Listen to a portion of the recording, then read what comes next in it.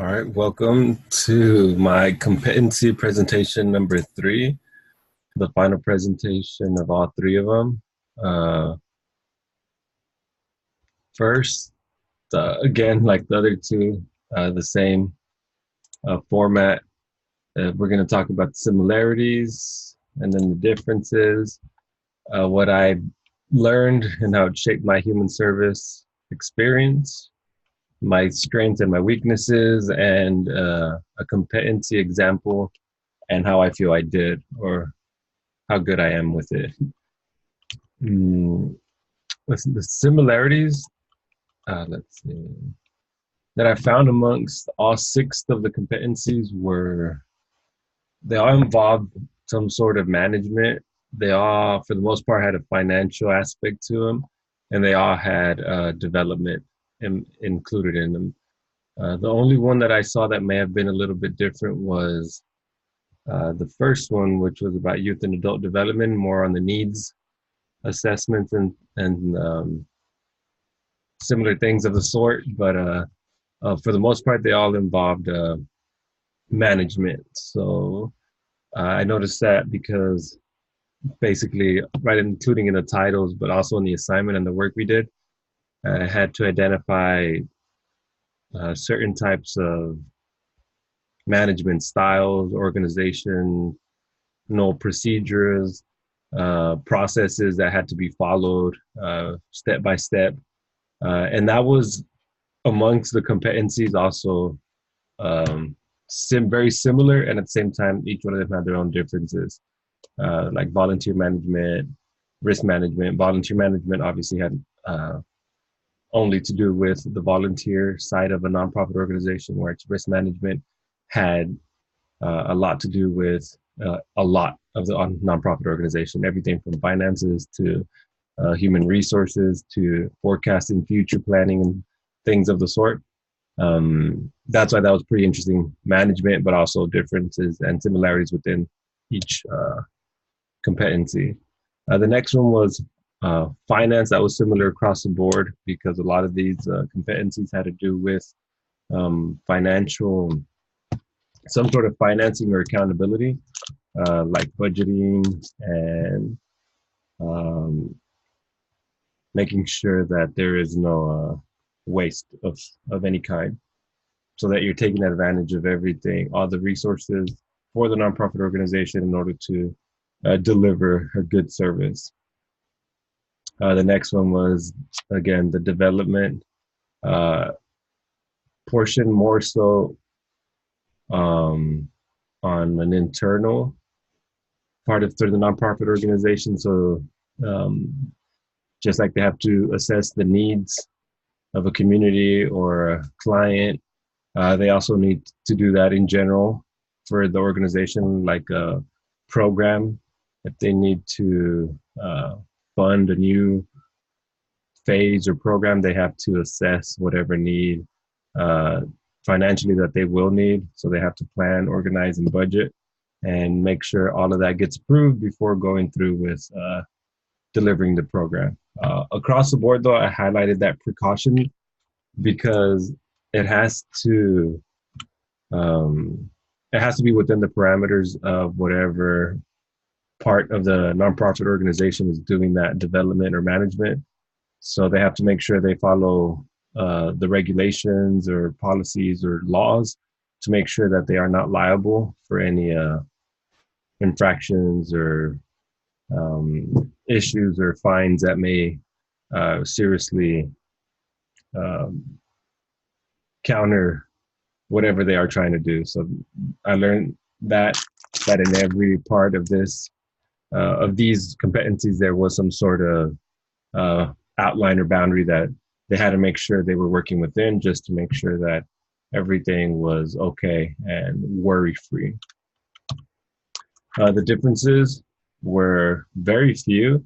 The main one was the population, or the target population of whatever the competency involved. Right off the bat, the first one had to do with the clients in themselves, whether they were adults or young youth or even children. The other type of population would have been like an internal population. So when it was finance management, risk management. It had to do with making sure the proper training, procedures, policies had been uh, gone through, explained, and even signed to make sure that the people working or participating were following that. And that includes volunteers. That's why I included them there, because even though they are not officially working for an organization, they are still representing to an extent that nonprofit organization. So they have to make sure that they are on board and following everything. The only other difference, which also had to do with some of the similarities and why I included, was the methods. Uh, every competency had its own uh, process and what is it, subject matter, and in that sense had their own methods of identifying important factors to go through with the assignment. So if I had to do with finance, it had to do with anything that involved money, cost, expenses, whereas volunteer management had to do with recruiting, vetting, background checks, training, and following through, follow-up, evaluating. So although that method or those methods could be translated across departments, they were different or unique to each one of the competencies. All right, let's see. A strength for me, I'm sorry, my human service learning and shaping that I realized through this part was a lot more than I thought it would be. I learned that there is a, well, yeah, that I learned more about the financial aspect, budgeting, the spreadsheets, the different types of organizations, but also at the same time, the development, need assessment, and delivery. That very first competency for this presentation, I believe was number 8, explain that. And I mean, it's pretty straightforward. Once you identify the population or the clients that you are addressing, the community in general, then you know more or less what type of needs may come up, and how to word or format an assessment for them to let you know what it is specifically in order to deliver whatever services will satisfy that need. Finances, again, I learned a lot of how the different 501, 3Cs, the types of organizations or nonprofit organizations and how they factor into a federal income tax bracket. I learned a lot about fundraising and planning, and most importantly, budgeting. I learned a lot about the different types or few types of budgets that a nonprofit organization uses, which is very similar to a profit-based business, but instead these are only for uh, returning the profit or reusing, reinvesting. I learned a lot about structure. Again, also relates to for-profit businesses or regular organizations. They have hierarchy structure. They have a board or a committee. They have independent editors or auditors, which is very interesting because even though it is a nonprofit organization, you still want checks and balances, which brings me to accountability. That is something I learned a lot about these competencies.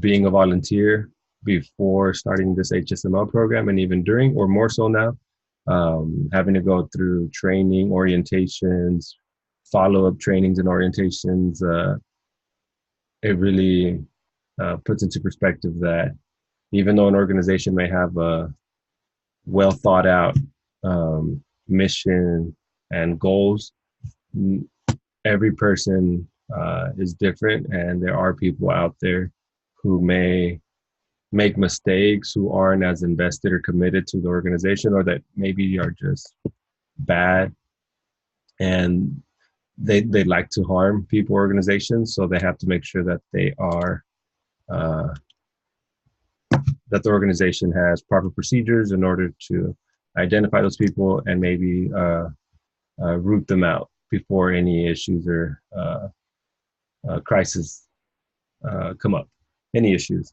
So that was very important and something that I learned.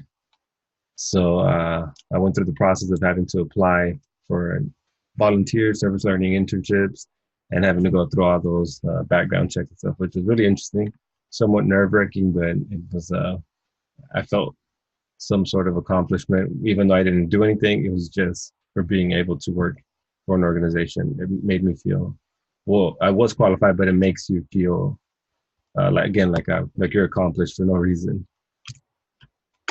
All right. The strength that I felt, basically because I have worked outside of the nonprofit organization a lot with information and technology data entry in specific, but now more specific to this, I felt that entering information and data while at the same time remaining accurate and private was not that big of an issue for me, and I could excel at it because I knew my way around the computer, the buttons, the keyboard, and how to efficiently enter information with very few errors. Also, accessibility. Once I learned the system or logging in or working through a network, it wasn't an issue having to do it again. I didn't have to ask for too much help. And also at the same time, having to explain it to maybe a new worker or a volunteer or someone who's going to be helping us about accessing certain files and what to do and what not to do. Needs assessment. That was another one I think I've considered a strength, was because I grew up in an area with a lot of nonprofit organizations, and I myself went to an organization that helped for after school programs and such. So I guess I was able to identify that need.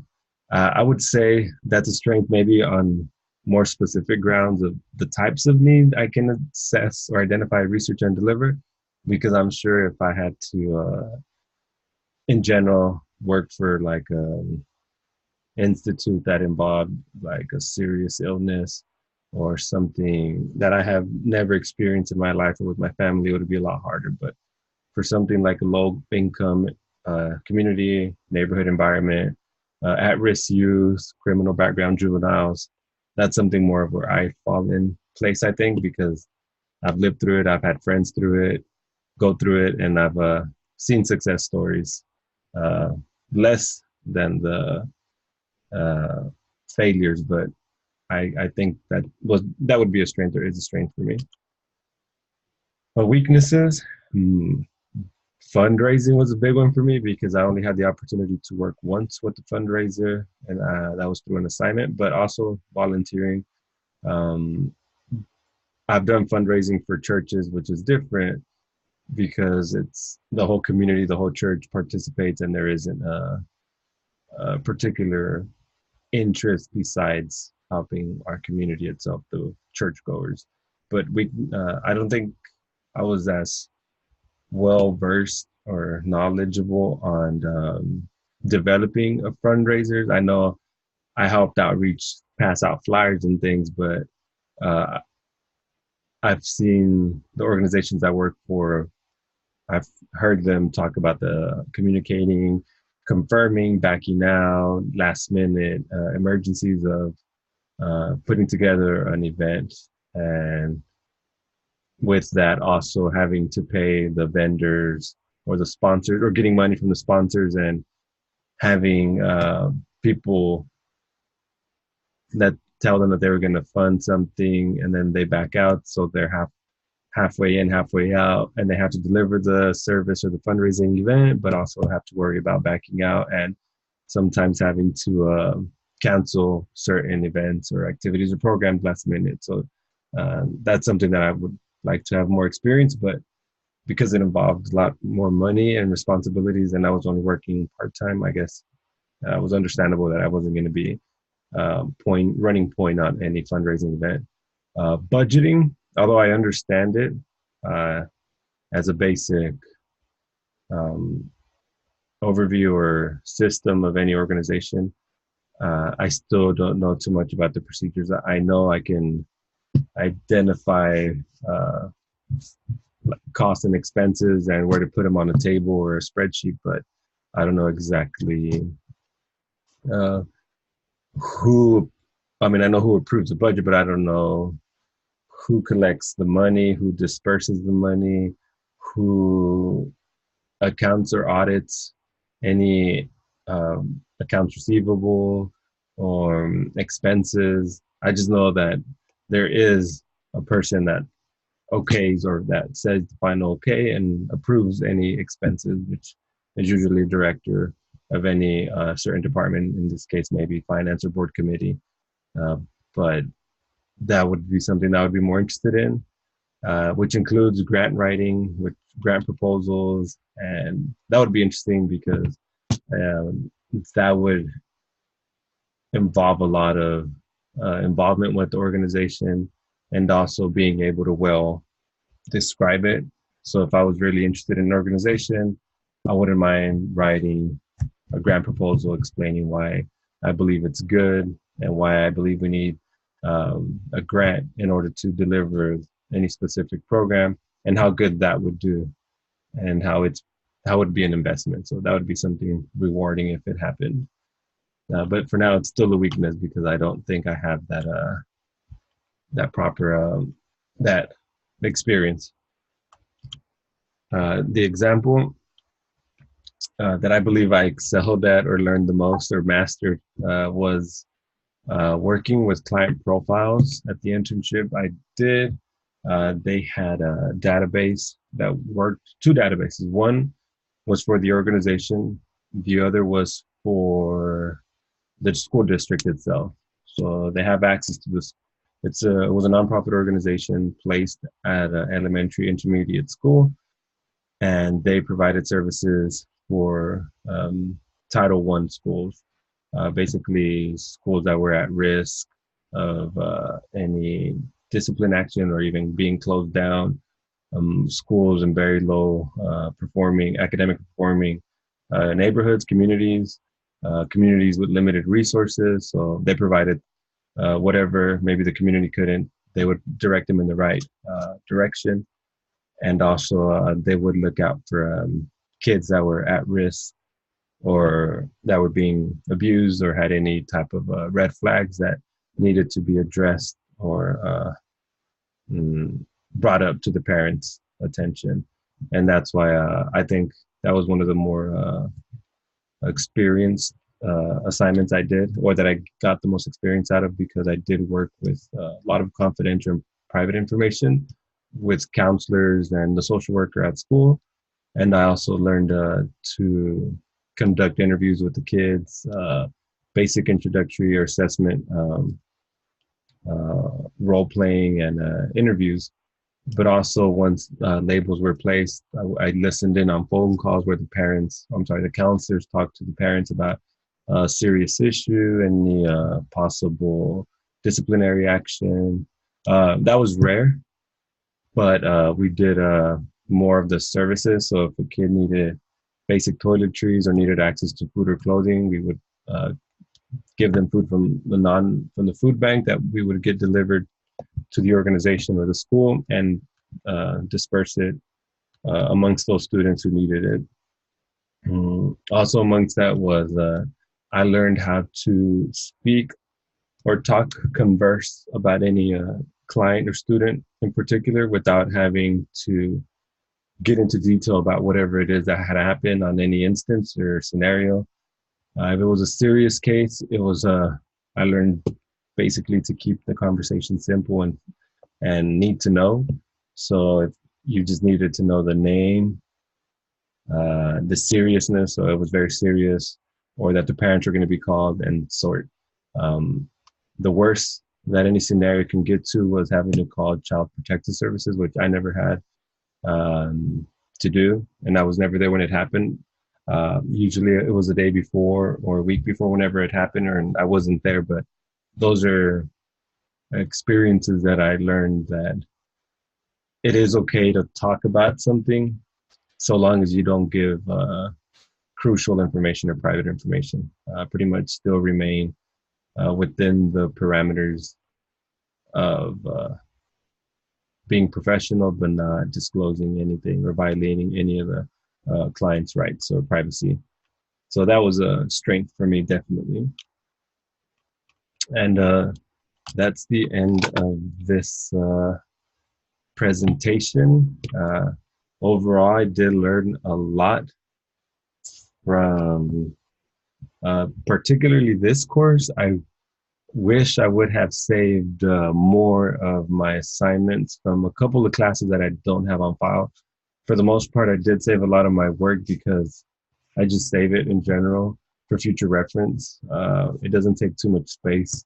So I have it all on USB drives. And there was a class or two that I guess I put on a USB drive that I couldn't find. And that may have been one or two of the classes that were for one of these last two presentations. But um, I still remember all the experiences, all my classes, my in-teacher in-person classes, a lot of the discussions we had, and a lot of the repetitive subjects and topics which were specific to human services. So I'm very appreciative of this class, of this program, and I look forward to using it in my future career.